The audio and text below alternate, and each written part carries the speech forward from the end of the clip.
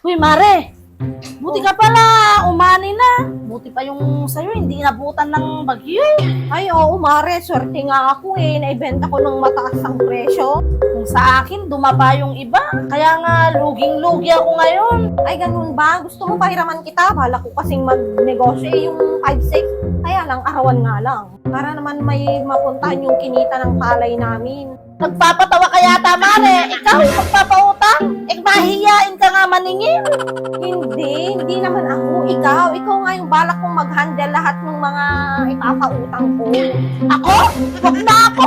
Huwag mo nang dagdagan yung problema ko. Alam mo kasi, kapag nagpapautang ka, siguraduhin mong makapal lang yung mukha. At dapat, mas makapal yung mukha mo dun sa pauutangin mo na handang makipagsagutan dun sa mga pinautangan mo. At dapat, hindi ka mahihiyain at mas lalong hindi ka maunawain. Eh baka mamaya, iyakan ka lang at dramahan, wala na.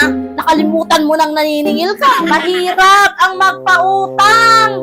Marami kang magiging kaaway. Kaya wag mo nang subukan, Biba. Masisira ang buhay mo. Ipundar mo na lang ng gamit yan. Lalo ka na, ang bait mo pa naman.